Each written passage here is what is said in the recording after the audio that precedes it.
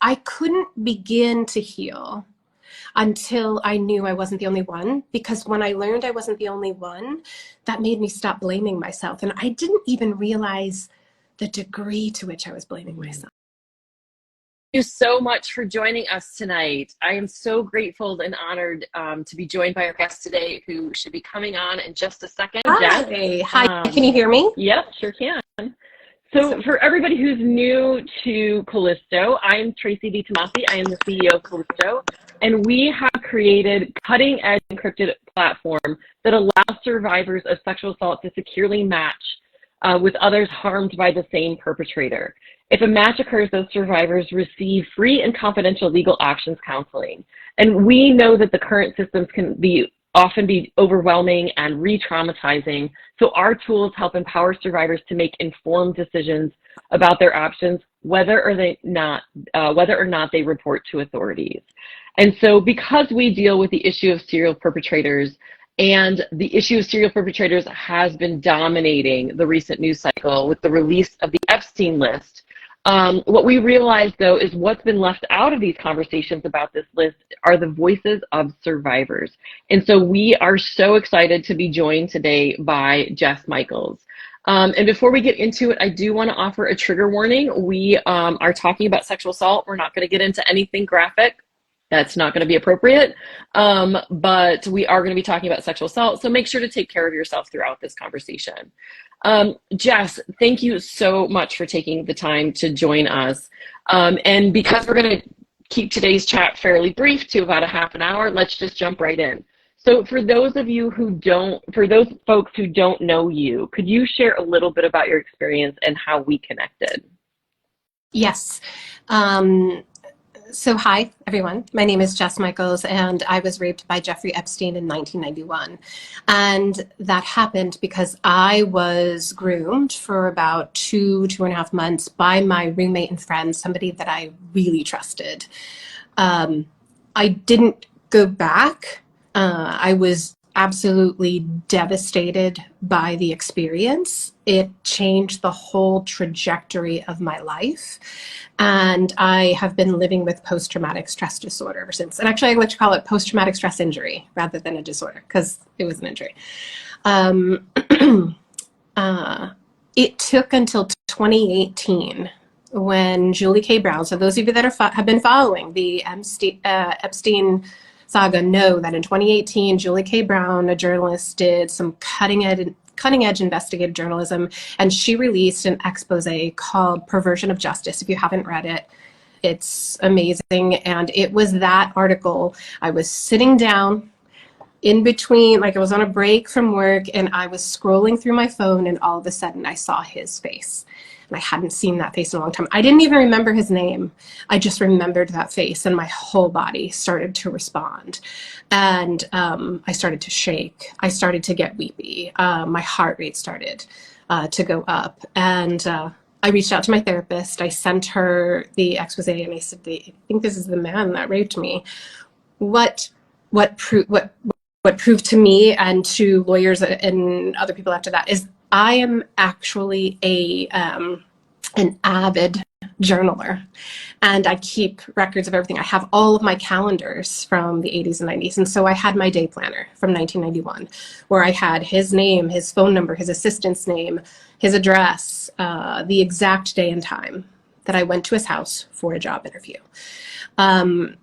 So what led me to find Callisto? I actually happened to see Jess Ladd's TED Talk all about Callisto and this cutting edge technology. And I realized there was nothing like it anywhere. And so I reached out to her. She was amazing. We sat and talked forever. She was extremely gracious.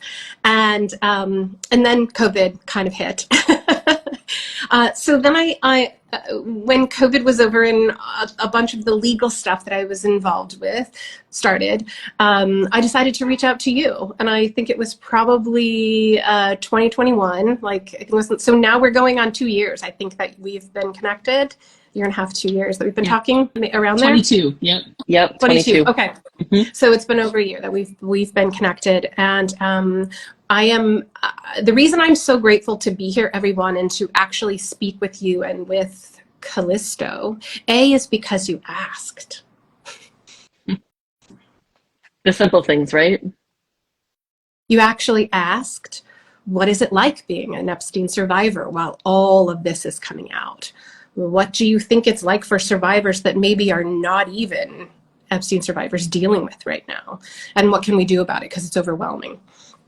So this platform is, and this organization is the one that I have been a big supporter of you in heart and in soul and with my story and financially, and doing fundraisers for you now, because I really believe in what you're doing, and that there's nothing out there like it that is as awesome. But it's also safe.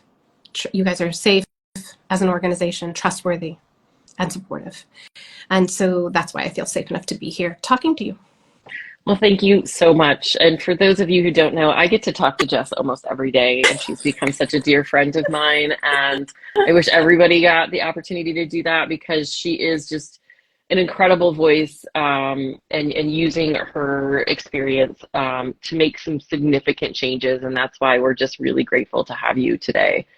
So again, thank you for sharing that. I know it's hard to even relive those high-level memories, but again, I appreciate you doing so, because so many people are going to be just inspired by your story. I know I have been. So when I reached out to you about doing this live, you seemed really enthusiastic to have this conversation. And I know that you and I talk about this stuff all the time, but can you share a little bit more about why?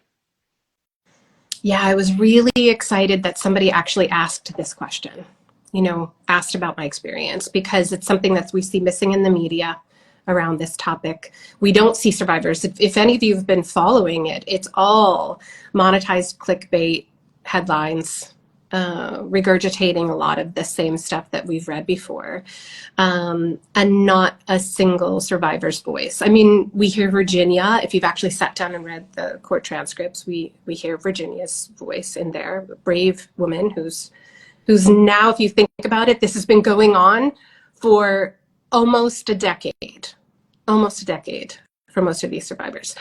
So we haven't heard many survivors' voices, and I actually wanted to answer that question. And it's actually really simple. It's not safe. It's not safe. It's not safe for survivors to speak to journalists and media what has been found over time. It's not safe for a multitude of reasons. One, some of these survivors, their lives are literally in danger because of what they know and what they could share. But two, we've also seen how the media deals with this topic, and that there's very little concern for sexual assault survivors and their lived experience. I have not seen a single journalist say, so how are you doing? How do you feel about this right now? No one is telling that story. Again, the monetized clickbait, the trauma porn is addictive, and so they're cashing in.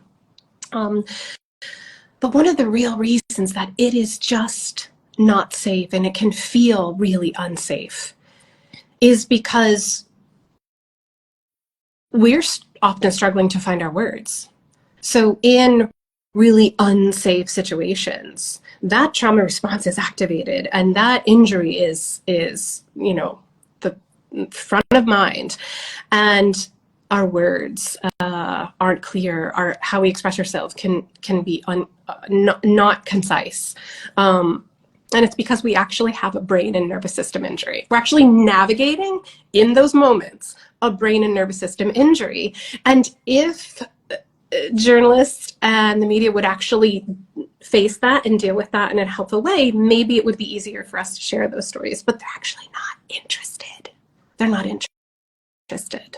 That's part of the problem. We're not looking at the injury. They only care about it being a crime. And I think that's one of the big errors that's happening with this issue. Everyone is so focused on the crime, and there's so much focus put on the perpetrator, and there's very little focus put on this injury. And it's even been proven that it is accurate. Like, the Body Keeps the Score. You've read The Body Keeps the Score, I'm sure, a million times. Page 43, there's a chapter called The Speechless Horror. And Bessel van der Kolk has actually taken trauma survivors, put them into brain imaging machines, and asked the survivors to recall their traumatic experience. And what happens is that in the brain, an area of the brain lights up, showcasing that there's no blood going to that area. And it happens to be the same area, the Broca's area. It's the area where we are able to express our thoughts and our feelings. It's the same area of the brain that is affected when you have a stroke, where there's actually lesions on the brain affecting your ability to take my point A experience and have a smooth line of understanding to thoughts and feelings about that experience. It gets jumbled. So in between point A and point B in the brain, it looks like scrambled eggs is what happens. Now, that's not really that big of a deal. Like if we had safety, security, and support when we had these injuries, we could heal and our nervous system would calm down, and that defensive survival mechanism that boots up and shuts down our cognitive functioning with that traumatic experience, that would be one thing. We could actually heal. We could go through a natural healing process. But when that defensive survival mechanism in the brain that boots up and then disconnects and shuts down that cognitive part of our brain, the decision-making part of our brain, it goes completely offline. And then it stays that way for a really long time. That injury wreaks havoc on your body because it's all connected. The nervous system is connected to every other system in the body. You know, it's connected to your digestive system. It's connected to your respiratory system. It's connected to your cardiovascular system. It's connected to your immune system and your endocrine system. And so my experience of after this traumatic event happening, not being in safety, support, and trust, not being surrounded by that at all, left me in post-traumatic stress injury for over 30 years. And that didn't change until 2018, which is the magic date for me when I learned I wasn't the only person that this happened to. And it's so funny because, like, yeah, it's messy. Survivor stories are messy. We're humanly messy. This is going to happen. But when we have that experience and our systems are stuck in that fight, flight, freeze response and everything is jumbled, what's bizarre is that all the systems that are set up that are supposed to be helping us, reporting systems, everything from legal systems to law enforcement, healthcare systems, even crisis centers and Title IX offices on college campuses, state laws, federal laws, the legal systems, none of them actually foster safety, trust, and support. They may go in and out of those three things, but they are not consistent in the time that we're dealing with them, and they may be missing one of those things in the time of it. So there's never a sense of safety. So that defense survival system gets more entrenched in us. And that's the problem, right? Because then as a survivor, my experience is that I am blocked from healing and justice from every single angle, which perpetuates more isolation, perpetuates my self-blame, shame, silence. And then our experience isn't just misunderstood. It's completely invisible and unknown. Yeah. That was so much. Thank you so much for sharing all that. I really don't think that people realize how unsafe it is for survivors to come forward in general, but particularly for this case, especially because he's dead, but there's still so many people that are protecting him. Yeah. And there's just so many other issues. And so thank you for bringing attention to all that. And the fact that it is a brain injury and people don't realize that trauma impacts your brain. And all of those responses that survivors have, they don't realize that they're natural, normal, and they're uncontrollable. So thank you again for just sharing that, because it's so important for others to hear. If you're just joining us, we are talking to Jess Michaels. She is a survivor of Jeffrey Epstein. We are talking about sexual assault, so please take care of yourselves while listening. So Jess, obviously people have a lot of feelings about this list being released. But what I want to know is that as a survivor, what are your thoughts and feelings about this list being released?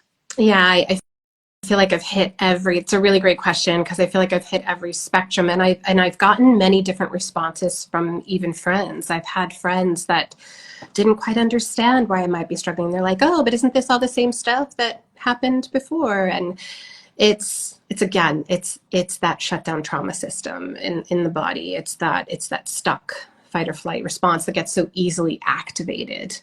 Um, and seeing his face, seeing his name, and I didn't go through half of what all of these other young women have gone through. And it was hard at first. It definitely was hard. And at the same time, I was excited about it. I was actually holding so many different emotions all at the same time. So I will tell you what I have kind of narrowed it down to. There's a negative side, and then there's kind of a positive side about it coming out. So the negative side is that, of course, when we were really hoping for media to come through with something less shallow, it did not come to fruition. It was celebrity, clickbait, trauma, true crime porn. Really shallow, lacking substance, regurgitation of what they read with little care for survivors. So that was disappointing. Yeah, because none of it was focused at all on, there could have even been an opportunity where someone said, okay, this has now been going on for how long? Let's check in. Let's check in on see how this has affected survivors. Nope, hasn't happened once. What the media has chosen to focus on and what they have chosen to admit further ingrains why we can't trust them. So I think that can make all of us, regardless of whether you're a survivor or whether you are a supporter of someone that's a survivor, like that can feel really overwhelming. Like we can't really trust the stories we're hearing. We can't trust that there are no safe spaces there. The fact that they're omitting things that we know could be told and they don't, which is really, really sad. But all of it, if you really look at the actual case, what was said in those documents, what was revealed, what showcased like years later, is that we as a society, I don't know how we can't struggle to trust our lawmakers, law enforcement, and our justice systems. I mean, I don't know how we trust that. So again, now all of us are in that same like lack of safety, lack of support, lack of trust. It's not just survivors. On the positive side, if people actually read the transcripts, sat down, not just got the clickbait headlines, if they actually took the time to read through, I know there were like 3,000 pages, you don't have to read through all of them, but actually read the words of survivors, the questions they were being asked, they read through some of that, I think they would be really disgusted. And I think that they would believe survivors more in these stories. I mean, I've seen journalists pick apart these young girls mercilessly with no accounting for the injury that they have undergone, no accounting for the trauma that they are reliving every time they make that effort to even try to speak. On the positive side too, maybe this is the start. Maybe we can start to have more accurate, impactful conversations around sexual harm and the injury of sexual harm. Again, I just want to iterate, we're so focused on finding out whether this is a crime or not that everyone overlooks the injury. And the way I equate it to, it's as if a police officer showed up at a car accident and is looking at, the people in these bloodied up in these two cars, they would not start, all right, who ran the red light? That wouldn't happen.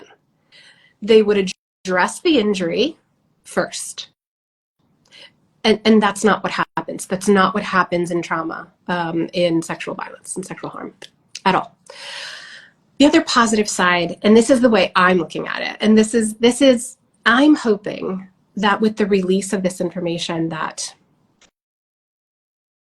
Epstein and this her, the horrors of this man that go back. This is the other thing. When I've even tried to tell my story to people, and be like, no, you don't understand. This was 1991. This is way before anybody's even talking about this. Like, do you understand that puts a whole extra decade on what people know understand? Yeah, because I wasn't assaulted by a celebrity. He wasn't a celebrity at the time. He didn't have any pull then. So, but what I'm hoping is that this saga, this Epstein saga, puts a pin in history where we start to recognize, look, all of the things we're doing over here, they didn't work. Like, and most of the time, they've just traumatized survivors more than anything else. So we need to now know and understand something needs to change. Something has to change. And so that's what I'm hoping this does on the positive side, that we go, this can't go on this way anymore. So I'm hoping that it will inspire people to some action, which I'm excited to talk about. Yeah. No, and that's a really great segue. And for people who are just joining us, we are talking to Jess Michaels, who is a survivor of Jeffrey Epstein, but an amazing advocate for survivors. And we are talking about sexual assault. So please take care of yourselves as you listen to this. So you recently posted a story on your Instagram that really inspired one of our recent posts, and it was about taking action. And I think that hearing all of this, people are like, what do I do? What can I do? There's this big story. It seems, like people that they don't know, whatever, but they want to do something. So what do you think that we should do about this issue?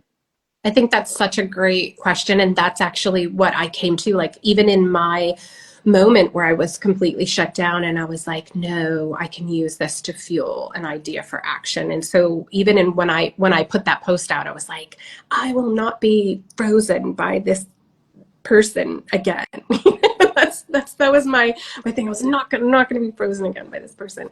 That we can feel really helpless. And the way the news perpetuates it, I think they just perpetuate that, oh, we're so helpless, lots of fear. And the reality is, there's very little you can probably do for any of us as Epstein survivors right now. There's probably very little that can happen right now. But this is not even about the issue of sexual harm, and sex trafficking and sexual violence is not even about Epstein, because this is likely happening in your family, in your community, in your state, in our country. It's in your backyard right now. And so to believe that we're helpless falls into all of that media spin. Oh, the powerful people, we're so helpless. We're not helpless. There are things we can do. And that was actually why I started telling my story, and why I started to really think about, how do I turn this story into purpose? How do I make a purpose out of this? Because that's the only way I can get by it. That's the only way I can live with it, is if I could do something that was different, that created actionable steps. And so I actually did a TED Talk. It's called How Sexual Assault First Aid Revolutionizes Prevention, because I am the founder of 3 Joannes, Sexual Assault First Aid, so that we know what to do when someone says me too. And 3 Joannes is actually named after that first person I told who believed me. I never forgot her. She was that impactful to me in my life.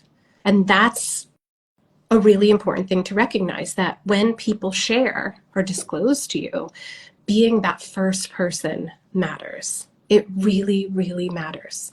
And so we have to, if we can learn to respond in safety, trust, and support. Those are the 3 pillars that we also believe with sexual assault first aid. It's safety, trust, and support.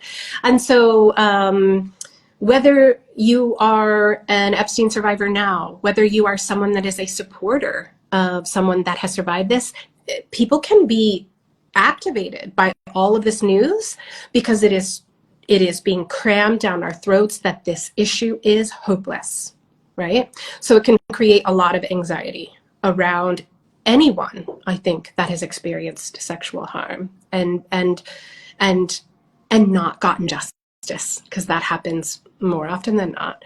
And so we are creating an app, sexual assault first aid kit, mobile app. We are working on that. We're really excited about that. So that's what I was that was actually my call to action, people. Follow my account, my Jess Michaels Speak account, because we will keep you updated.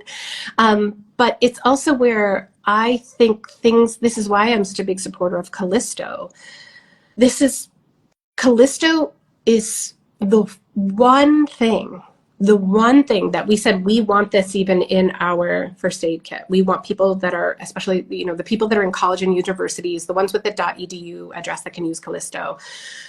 We want it in there because it is the one risk-free option to find out if the same person that assaulted you has assaulted someone else. It's risk-free. It's literally like I said this year earlier. I was like, Callisto is like that nerdy tech friend that knows everything and knows everyone, and you go, hey, this happened. I'm going to give you some information, and I want you to like bring me back the deets. Okay, that's Callisto. That's your nerdy tech buddy, Callisto. And you can safely put in your information to the matching system.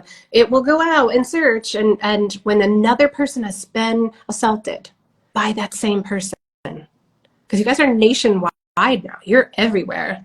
Doesn't matter if they're in a different school. Doesn't matter where they are. They don't even have to have a .edu address. It's just the person that is assaulted has to have a .edu address. If two people match, they're connected with legal counsel, right? Am I saying that right? Yeah, legal options counselor. And thank you for giving this really great overview of Callisto. Yeah, it's why I support it, because there was that life-changing look. I couldn't begin to heal until I knew I wasn't the only one, because when I learned I wasn't the only one, that made me stop blaming myself. And I didn't even realize the degree to which I was blaming myself. It's not like you walk around and you go, I'm walking around with all this trauma and I'm blaming myself. That's not what happened. That broken neural pathway, and if we talk about it like a virus, it's like a virus running in the background in your computer. It's just running, just there, it's just running. So I couldn't change that thought until I knew I wasn't the only one. And that's where Callisto is magical. So now, whether you are a supporter or a survivor and you have a .edu address, you can guide people right to Callisto. And I cannot stress to you how important that is, because when and something has happened and we are brave enough to say to you, I'm brave enough to try to voice what happened, or just say, Tracy, I need help. All I can get out is I was raped. And you know how to take that disclosure into safety, with trust and with support, and you're able to be there for me and guide me to this option that brings me peace. It's not even like it just brings me justice because of the legal options counseling. It brings me peace.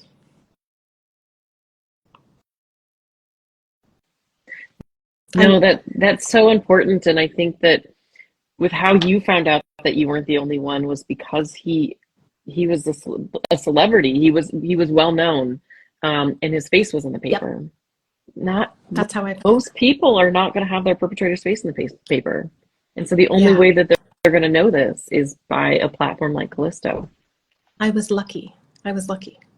Yeah. And so we need that person that can hold our hand and take us there, because when our brains are scrambled like that, it's really hard. And that decision making part of our brain is shut down because that survival mode is booted up. It's really hard to find our words. It's really hard to make good decisions. It's really hard. We call it brain fog, and I call it I get scrambled egg brain. It's significant, and it's painful, and it's embarrassing. It is embarrassing to me, the level, because I'm not a stupid woman. I am smart. I'm resourceful. I'm articulate.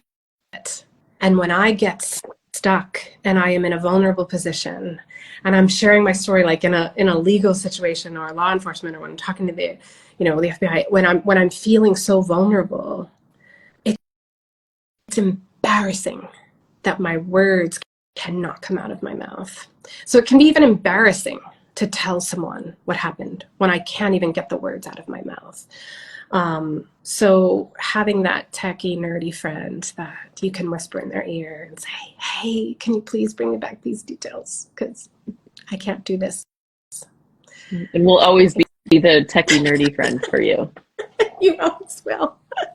But we want to talk, like, besides that, like, I think that one of the really important things that I want to mention about why I believe so much in Callisto, like, I am a Jeffrey Epstein survivor, and I wholeheartedly stand behind Callisto because of the safety, support, and trust in these. I mean, I've met people on your board, I've talked to them, I've met people in your organization.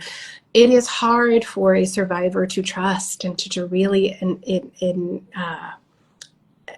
trust that everyone is on the same level of intention.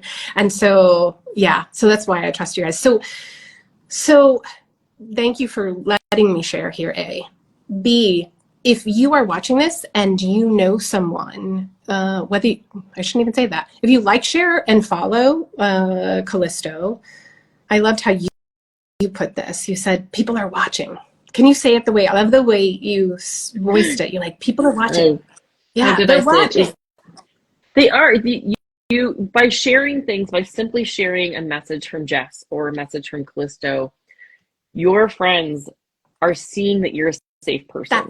That's it. They're seeing that you care about this issue, that you're willing to send resources, and it's a signal that you are a safe person who understands sexual assault. And so you might become their Joanne. You might become the person that they tell. I know the amount of times that people have reached out to me that I haven't seen in 30 years, and they see my Facebook posts or my Instagram posts, and they say, hey, can I talk to you? And it's because I share all the time. Not everybody's going to share like I do, right. But sometimes one story can make a big difference for the people in your life that are survivors. Yeah, definitely. And I've noticed that the more that I have shared, I have gotten so many DMs, messages on Facebook and Instagram and TikTok of people just saying, hey, and sharing because they felt safe, because they actually felt like they could, you know? Yeah. Yeah. And before I leave, I also wanted we talked about what that post, if you want to go back, actually, I had actually posted the link to, it was like the Congress contact list. So we can definitely start reaching out. Like, why aren't there any investigations going on? Why aren't laws changing? We can do that. That's empowering, right? We don't have to just sit around and complain. We can actually do something. But if you're not a person that does that, this would be my ask. If you're not a person that does that, if you think you don't even have a survivor in your life, you do, by the way, you do. You also have a perpetrator in your life. You do. You do. Yep, you do. I would like to ask, because my goal, something that is a big dream of mine, is to help Callisto get to being everywhere. I think that it shouldn't just be limited to colleges and universities, but they need money to do that. So anyone that's watching that has access to funds to donate, and they're looking for an organization that they know they can support, and an organization that they know survivors believe in, I put my endorsement behind Callisto 100%. So you will see me doing fundraisers for Callisto. You will see me sharing their stuff, because I really believe that their technology is just revolutionary. It is like nothing that's been happening before. Just like sexual assault first aid. That's why we are like peanut butter and jelly. Yep. Tracy, peanut butter and jelly. Well, thank you so much. And I know we're just a little bit over time, and we're probably not going to get to any questions, but if anybody watching has questions about Callisto, please make sure you can DM us. We'll answer them when we can get to it. Please follow Jess if you haven't already. If you haven't followed Callisto, please do that. Again, liking and sharing and following really helps organizations like us, and the work that Jess is doing, so you can be on the forefront of knowing when 3J's launches and everything. And again, If you can't afford to donate, every donation helps us. If you can't afford to donate, you can also go on give.projectcallisto.org and create your own fundraiser to spread the word of what you can do, because we need to create action. So thank you so much. Is there anything else that you want to say kind of in closing, Jess? Yes, one thing. And I think this is really important. That's why I want to just end with it. I was a thriving, successful, working professional dancer and model at 22 years old. I was traveling the world. I was brave. I was navigating the streets of New York City, and in 1990, that was a very different world. That alone is its own like badge of honor. I was not frail or shy, and not that there's anything wrong with those things. What I'm saying is I did not plan to have my whole life derailed. I didn't plan for that.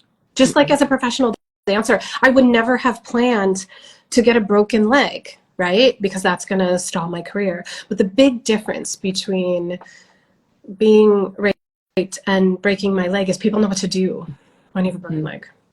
So I would be able to get back to dancing. It was not, I mean, everything in every area of my life was affected negatively. No one plans for that. No one plans for a car accident. No one plans for any of these things. And so to believe that it won't happen to you is, I mean, I thought I'd whip out some ninja moves. I was like, I'm a strong guy. If anything happened to me, I'd whip out some ninja moves. I did not expect to be someone that would freeze. So just be open to learning that there are resources out there that you can learn about now that will keep you safe. Thank you. Thank you again so much. Again, everybody, thank you for coming. Please follow Jess, follow us at Callisto. ProjectCallisto.org is our website. Feel free to go on there and read more about what we do. And again, if you can, please donate. Every donation helps a survivor have hope, and that's what we need right now with this constant news cycle. And take care of yourself tonight. I know we talked a lot of heavy stuff. Do some self-care, do some deep breathing, and take care of yourself. And thank you again, Jess, so much. Thank you for having me. Bye, Bye, everyone.